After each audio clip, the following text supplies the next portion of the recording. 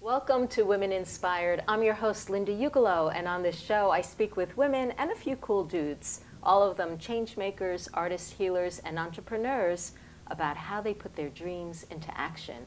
And I'm so excited today because I have on two guests who are old friends of mine and comadres in the homeschooling world, and they have written, co-authored a book called Unschoolers, and we're going to be talking about it today.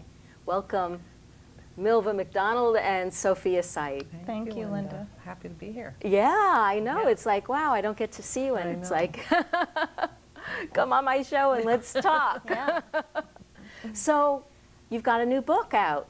Show me the cover. Here it is. Unschoolers. Fiction, nonfiction, tell me about it.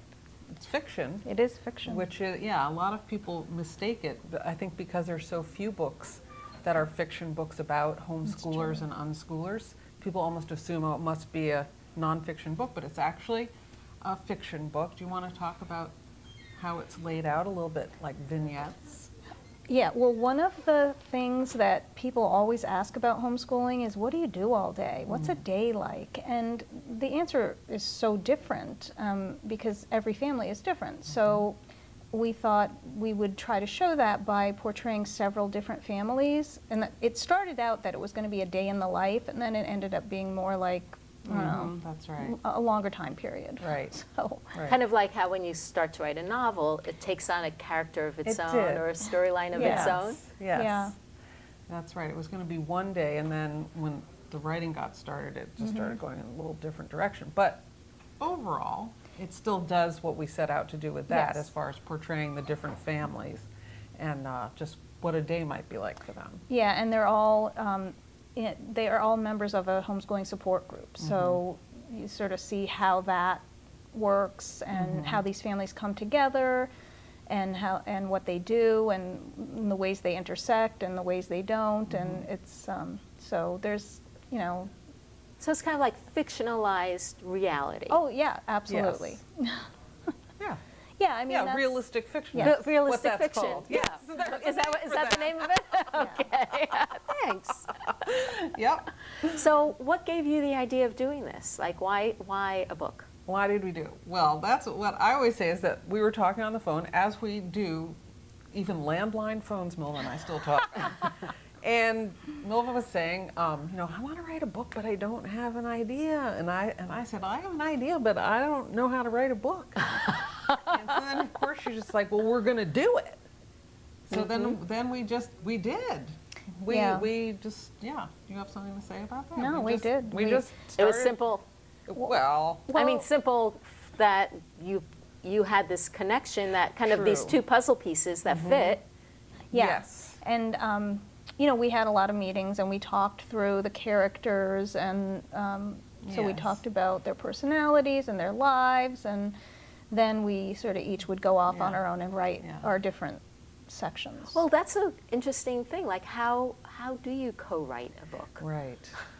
Well, there's probably different ways, but the way Yes. we did it was that we talked about the characters, we brainstormed, we talked about names, we ended up changing some names, we talked about professions of the characters, and then we each sort of picked which ones we wanted to write, and then we went off and wrote our sections, and then we shared them with each other, and then we helped each other revise. Yeah. Just sort of who are you feeling? Who can you go for? And then you also were just I just wrote this other thing, and then we're okay, let's Oh, yeah. incorporate that into it. Yeah, that know? was the diary entry. couple of and different Yeah, things. there's some things. Yeah. And then it was just a back and forth. And part of it I think worked because we do know each other pretty well. We've known each other, I don't know, it's probably at least more than 20 years now. Yeah. So, and we've worked together on other things over the years, so we kind of knew each other's, Yeah. modes, and we do have different strengths, and so it worked out. Yeah. Like, what kind of strengths do you each have? Well, Sophia's really good. I mean, we're both pretty organized, but Yeah. Sophia's definitely Yeah. a better organizer Pretty than I am. So when it came time to put it together, because it's not really a plot-driven book. I mean, that's right. the book does lead up to a particular event, but it's not plot-driven the way a lot of novels are. It's more like a collection of vignettes. So we had to kind of piece them together and figure out how they fit, and that was definitely something that you did. With the time and with the timing and how Yeah. it was really fun. I loved doing that. Yeah, because that was very detail-oriented. It It's like, was. wait a minute, this But happened yesterday, and that happened.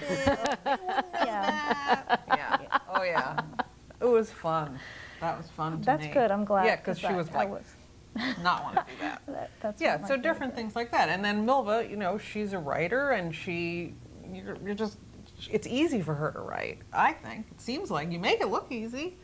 So, Well, you teach writing, don't you? Yeah. Yeah. yeah. It's something that it's an expression that comes comfortably or enjoyably to you. Yes, Definitely. it does, but I do think that everybody is I know. capable of. I know she thinks so.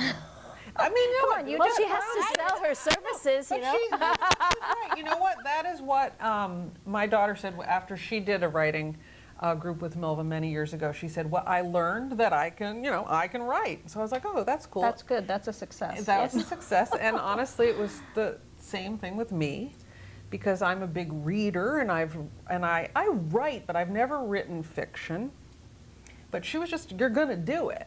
There was no arguing about it. So I was like, "Okay, I guess I am," and I did. I love how you describe working on it, because it sounds like you both went and honored, flowing towards the parts that you resonated with. And what a gift to Yes. not feel like you have to do, certain things that Yes. maybe aren't like inspiring you in that moment, but like, oh, I really love this story. I want to get into that one, or I love, this character. I mean. Yeah, Yeah, I think that's it did. cool. It did go that way. But we also, I do feel that even though she may have written one start, then we had opinions about the characters. Really? And, oh, sure. What they would or wouldn't do. Is this in Yeah. character that we would, even if I had written something, she might be like, is that really, So Yeah, and also then the characters that Sophia wrote would show up in some of my sections, and that's same right. with you. so it has to be. So even though, Sophia wrote particular chapters with certain characters as the feature, and I wrote others, those characters showed up Right. in, Oh, how you know, So they so all interact. interact. Yeah. So how is it for each of you, like, when you say, that doesn't quite work, how is it working through those kinds of feedback and editing process? We would discuss it and sort of make the case, right? Yeah. Yeah, I'm trying to think of a specific, Change. that I know, it's you- hard to think of that. well, like there was one character that you thought she was coming on too strong about something, so we did have to discuss, well, would she say that, or wouldn't she? And then the kids too, like what kind of music they were listening Yes, to. that was and- all that stuff. And there was things like somewhat of that. even a feedback. So I think sometimes, you'd see, oh, they said this, and then that informs you about, but then they wouldn't do this other thing. It's a person, so they Yeah. have a whole Yeah. history, which is not necessarily covered in that book, but we knew what we thought. Yes, it's the backstory. Sure. Yeah, Yeah. It's so it's a fascinating, endeavor that you did of co-writing a book. Yeah. And what would you like? What was the hardest part about it? Or was it all pretty copacetic and inspired? Probably finishing it. I mean, getting to the finish line. Yeah, you think that was the hardest? Well, I feel like that's another one of your strengths, that you Okay. kind of pushed towards the That's finish funny. line. So for me personally, starting a project and finishing it is the hard part. So, so that still So felt that like the felt hardest a big to thing me. to you. But Because for me, I would have said more for me in the writing, when I was like, I had said I would do this chapter, and then like doing Pulling it out. Yeah, doing it.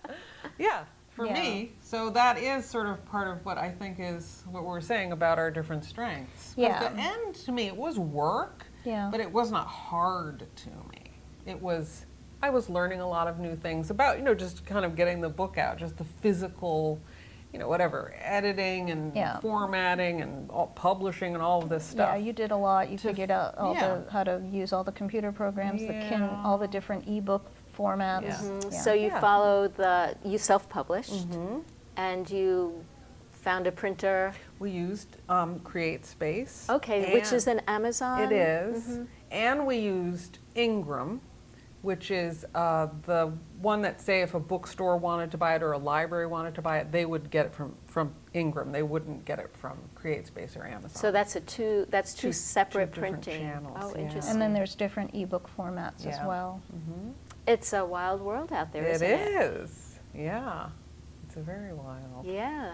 So now, do you think that you will offer your knowledge for other, homeschooling families who want to publish? Or? Oh, I would be happy to. I mean, I think things change so quickly That is that it true. might be hard to keep relevant without, but yeah, I would be happy to help other people Yeah. figure that out. I mean, I feel like the self-publishing was actually, it was something that let us do what we wanted to do. That's another thing about our book is, it's a topic that hasn't really been written like that, and part of the reason we wanted to write it was because there's so many stereotypical ideas of homeschooling and unschooling. So we really wanted to get it to the end with what we knew about homeschooling and unschooling, and not have it be seen through a lens of someone who just totally doesn't get it. So for that reason, the self-publishing worked for us. Yeah. So yeah, I mean, we did talk about whether we were going to try we to did. shop it to agents or publishers, but then that also, we realized, would have been a whole nother chunk of time, and we just wanted to get it done and out there. So. Yeah. So who's the book for? Who do you think would really get the most out of it and enjoy it? Of course, homeschoolers. They seem to But get a anyone kick out of else? it. Do you think? Well, we hope that it Yeah. will appeal to other people. Yeah.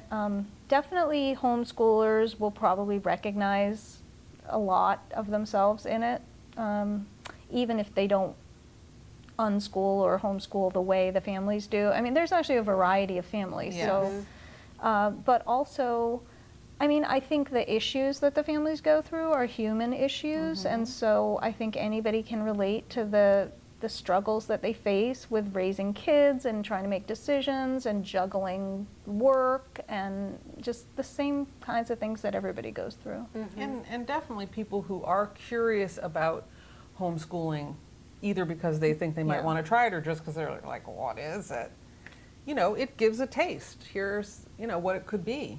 And I think that's for some of the people that I know who've read it, who knew homeschooling exists but didn't really know what it was, it had some eye-opening things to them that they, people Yeah. really think very, very Yes. stereotypically about homeschoolers. It's They true. think, a lot of times that we do it all the same way and that we agree on everything and all of these things, which, as you know, isn't true. Yeah. Well, for audiences listening in, what are some of those stereotypes that you think are out there? Number one's that it's school at home. It's school Yeah. at home, which means that you recreate school at home. So you have a kitchen table and that's your, classroom, and the mom rings the bell at whatever hour and the children have to do their work, and some families might choose to do it that way, but there's a wide variety of different ways that you can Yeah. have your kids at home. Also, the socialization thing, that the kids in the book, like many homeschoolers, are out in the world and they're doing lots of different things with each other, and they're also doing things in the community, and they're interacting with lots of different people. So I think people tend to assume that homeschoolers are isolated. Yeah. So well, there may be some that are, don't you think? there may be, but they're not in this book. And I haven't met very many, so, which would make sense. Yeah, if they're isolated, I guess you're not meeting them. But yeah, we have been doing this kind of thing for many years, and it seems to be pretty the case that kids are really out in the world interacting with people of all different ages, following their interests, meeting mentors who, help them in that, and that's just, it's very rich. Yeah. Yeah. So tell me about your own kids and your own experience. All our Wanna kids go? are grown up. Yeah, I they're know. big. Yeah, I have 4, ranging in age from 18 to 32.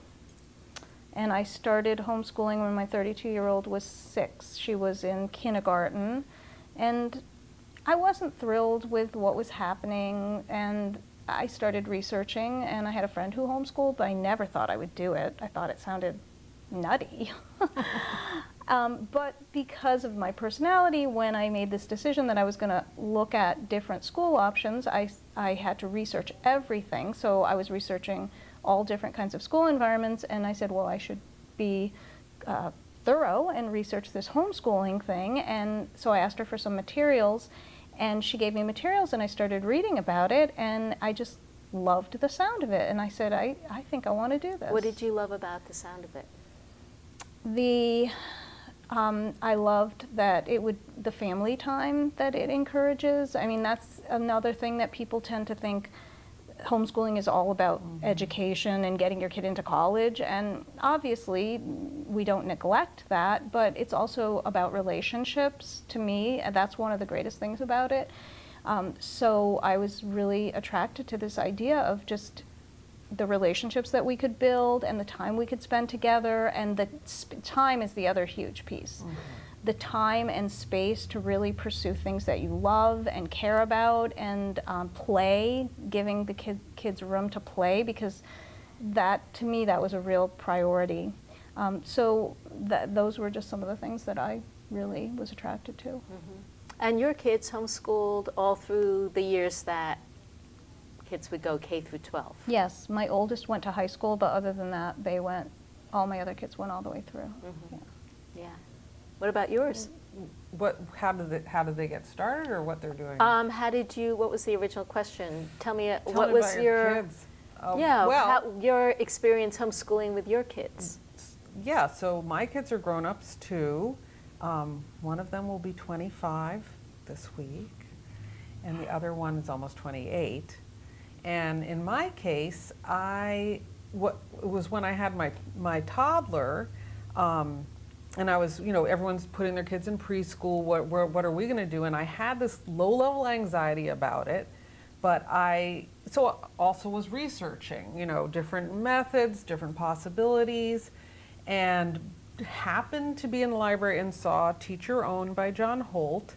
So I just, not thinking I would do it, but I had heard of homeschooling. So I thought, well, I'll read it and see what it is. And I just had this, the moment where you can still remember however many years ago that was now, of reading that book and feeling like what he was talking about with observing, he's a great observer of children, and what I was observing with my toddler, he nailed it. And I was just enjoying life with the toddler a lot, and kind of thought, I can just keep doing this, just let him keep exploring the world on his own terms. And so that was it. Made the decision, and he just never went to school until he decided to go to college. And then, my daughter, she was just, it was already happening. She was born into it. So, yeah. And then on top of it, for me, there was also what Holt talks about is, how children learn and what happens in schools. And that really resonated with me as someone who had gone to school and had been a good student, that, you study for the test and you forget it, and, being graded and judged. And I mean, I wish, honestly, that I could have done it, Yeah. So, yeah. Yeah, that's exactly what happened to me, was that I don't know how I came across John Holt when I graduated college. Yeah. And I devoured every book of his, and I subscribed to his homeschooling magazine. I didn't have kids, I wasn't even married. Yeah. But it was healing to me just to imagine a life where I could have pursued the things I was interested in, not feeling judged, not always having to be on the test and then forgetting it, just the regurgitation. And I thought at that time, if I ever had kids, this is what I wanted to do. And when I met my husband, I had to sell it to the idea to him. I know. And he's European and very, very proud of how hard it was. And then when we got into, did you like it? And he was like, I hated it. Yeah. And Yeah. he started to think about, his relationship Yeah. to his education, and Yeah. it was kind of cathartic for him as well. So we didn't go all the way through like you guys. My daughter went to school when she was 10. But she says that she would probably homeschool her kids and Cool. longer than she did herself. Interesting. Yeah. Interesting. Yeah. Luckily, my husband went right along with it. Yeah, but he got it and he was into it, so that worked out. But it yeah. is very common though for that, Oh, the two yes, people not to be very on the same common. page, and More also common than portrayed not. in the book as Oh, well. I was going to ask you, do you have a Absolutely. family? Oh, yeah. Of course.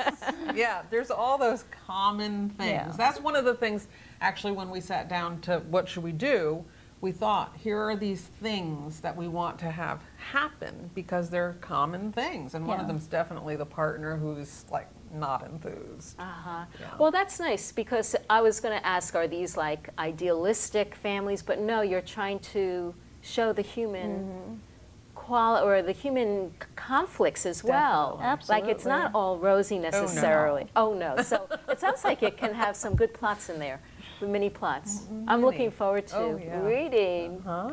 That's so neat. Yeah. So one of the things I love to do in the show is have people pick a card that has a quality or an attribute and just kind of riff on it, what you feel, maybe how it relates to homeschooling or how it related to this book project. Okay. So Milva, do you want to go first? Sure. Dun, dun, dun, dun. What you gonna get? Alignment. Wow. Okay. Interesting.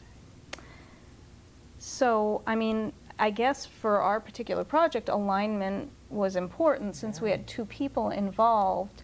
For me, I like to work in groups. I mean, it's not like I never like to work alone. I mean, writing is a solitary endeavor, so so that part of it is solitary. But I like when I'm working on a project, I really like to work with people. So that's why it was great for me to work with Sophia and the alignment of sort of coming together and having it work is very satisfying to me, and I get inspiration from that. So I would say that's That was good. my response to alignment. Cool. I would have thought the same thing, I think. It's interesting, though. I don't necessarily like working with other people and things. But you put up with her. I don't think that's I'm used to her. well, we've worked together on a lot of things. Yeah. I know. Well, the three of us, Yes. I mean, Yes. I'm thinking how we used to put on these Yes. panels for introducing Yes. people to I homeschooling. always think of that. Yeah. Okay, Sophia. Okay. Well, I'll take one. Okay, what do I get? Oh, patience. That's a good one. I mean, for me, just being patient in general, it's, that's definitely with the book, having to kind of see how things were going to evolve. You couldn't always make something happen when you wanted it to happen, or working with someone else, one of us might have been ready to do something before the other one, and just having to cool your jets and maybe sometimes realizing that things are going to unfold in their own time and you can't force them, which is good for me. I'm definitely a doer. Yeah, so that's a good one for me. Patience, definitely needed it, working together, but in a good way, I think. Yeah. Yeah. I'm very curious, like if you switched your cards Yes. and rather than relate it to the book, now Okay. relate it to what it was like homeschooling or how it relates in a homeschooling family. Well, patience is huge with homeschooling because you have to have patience when you're dealing with kids. I mean, they're people, they're who they are, and then you bring your own baggage, and you have to sometimes just be patient, especially with homeschooling and unschooling, which is kind of an unstructured form of homeschooling, which is what we did. And if your kid isn't doing exactly what you want them to do or what society thinks they should be doing, then you need a lot of patience to sort of step back and evaluate how to respond to that, or just be able to let go and let this person unfold, which to me is one of the great joys of homeschooling, is that there's this person who's your child who's unfolding before you and becoming who they are. But sometimes it takes patience. Yeah. I mean, then, Can you give an example? well, when they were kids, I mean, I'm thinking of when my son was older and decided to quit college and be a musician because that's what he wanted to do. And I went, what? You're quitting school? And then I thought, but this is what I raised him to be, a person who followed what he wanted and, pursued his own path. So then it was kind of like, oh yeah, I still, even now, as a mother of an adult, have to remember that, yeah, and that can happen with any age child. Like whether or not they're reading at the time they're supposed to be reading, Yeah. or they understand a certain level of math, Everything. or Yeah, writing, all that. writing. So, but the great thing is that when you do step back and have patience, you get to see these miracles, really. And being around other families and other kids really helps, because then you can see that happen with other kids, and I think it's just a huge blessing. That's beautiful. Mm-hmm. So what would you Alignment? say with alignment? For alignment and homeschooling? I mean, I think that, these are weirdly connected in a way, but when I think about it, just like the families with the different relationships, the different personalities, the different goals, priorities, and then, when you're homeschooling, you're all there all the time for at least a lot of the time. And how does all that work together? And I think that, interestingly, a lot of times when people think about homeschooling, they think, oh, I couldn't do that. My kids would drive me crazy, or whatever. I don't have the patience, or that kind of thing. But I think in my experience, what happens, and it happened in my house and also with other people, is that you do kind of get into a sort of alignment. You know, oh, this one's in a bad mood today because that thing happened to her, and this one's really obsessed with working on this now, and this one needs to eat, and you sort of know each other's rhythms and interests, and it actually, the day goes pretty smoothly usually, instead of having an outside force imposing a schedule and expectations on you. So I feel like, obviously sometimes things get out of alignment, but you kind of have, I don't know, alignment. It's probably more of a network or a web or something of how everyone can work together and coexist. And it was one of the best things for me was the relationships, the conversations that I still have with the kids are, it's a great That's cool. experience. Yeah, we used to call it getting into a groove. Getting into a groove. So where can people find your book, Unschoolers? Well, it is available on Amazon, and it's available as a Kindle. It's available on Barnes & Noble. Barnes & Noble as a Nook. It's on Apple Books. Okay. It's on Kobo. That's great. And you can even go to an independent bookstore and they can order it for you. Fantastic. Well, huge congratulations Thank to you. you Thank you. both. Thanks, Linda. And thanks so much for joining us on Women Inspired, and be sure to come on the next episode.